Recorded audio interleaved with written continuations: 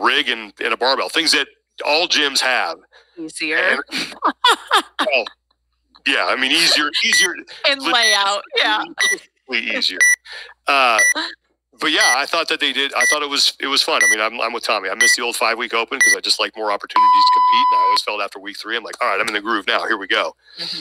And now it's over. But overall, I did like the fact. I think the theme here was simplification, and I think they pulled that off.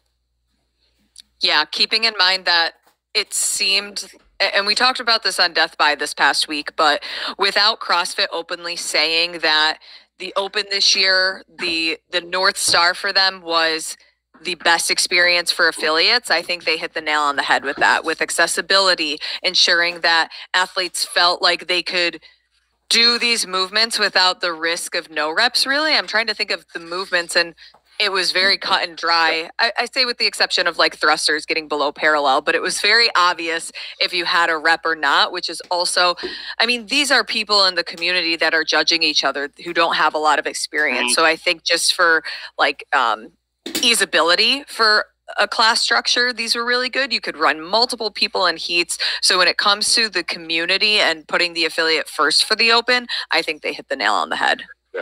Yeah, from a programming standpoint, it was very balanced between monostructural weightlifting, gymnastics. You had a simple couplet that was hard, where effort did make a difference. You had a long engine. Yeah, you had a longer triplet, one task and time priority on both, between the two. And on the triplet, like pacing and structure and understanding of how to like manage the time domain made a huge difference as well. And then you had something that was a nice blend of, kind of having to hammer a little bit, but understand your pace, because you do get the break in the middle, and then a back end of heavier, more skilled to kind of close out the Open. Now, granted, I'm not going to pretend like it's this huge complete test of fitness, but I think as far as like an opening round for a cohort of 350,000 people, I think they did a pretty darn good job, and making it accessible, like you said, for affiliates to run multiple heats and maybe even be able to run multiple iterations of it in a class time. I think open programming in general, like the approach to it, I think from the casual people, the people that just love this Monday morning quarterback, to me, it's become very much like the dunk contest. Everybody's like, oh, there's nothing novel anymore. Like nothing blows my mind about this programming. Like, it's like, yeah, after a certain point, there's only so many like 360 between the legs that you can do. You can only jump over Shaq so many times before you just have to like acknowledge that, hey, they've done a lot of novel stuff. Now we just got to slam the ball through the hoop. And I think that's what the open programming does here. And I talked to more people and had feedback from more people in the last 5, 6 years probably, that felt jazzed up about being able to participate in the open workouts and what came out of it on the other end. Because you still looked up and you still saw that there was oceans between you and the elite athletes, which is a reality and should be shown on the leaderboard in their performances. But at the same time, they also felt like, hey, we're still doing the same workout as them.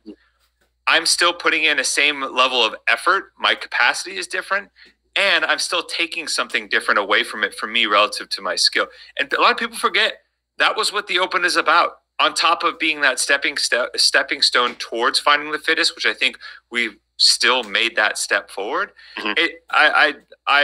I programming wise, I really liked this year's iteration between. I would have liked to maybe see the part A, part B in the last one. That's honestly splitting hairs, just because I like more data points in the end. I'm not really of the mind that I've kind of thought about it more. I'm not really of the mind that a single modality test would have fit there either.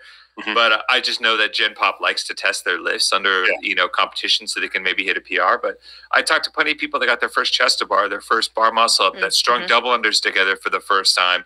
They did more thrusters than they've ever done at a certain weight, and or they'd never even finished Fran, and somehow they finished chest to bar Fran, and like all this stuff that came about of it anyway. So I thought that was very good, and I think that was, if there was something to bank on from the Open, that is it.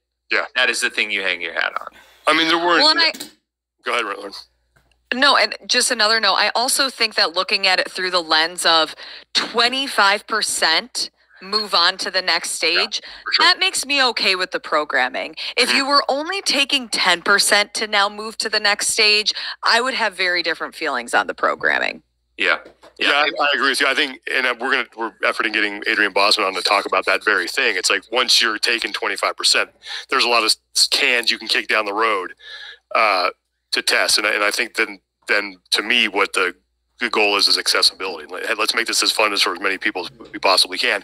And week 3 had that more than the other workouts, where it was like, hey, everybody can play right here, but this is where the elite are really going to separate themselves. Like if you're wondering how far you're going to get in the second part, you ain't elite. If you're wondering how fast you're going to finish it, you're elite. And let's make no bones about it. They were still hard tests. Yeah, I was crumpled. The first one was brutal. Yeah, That was I so saw bad.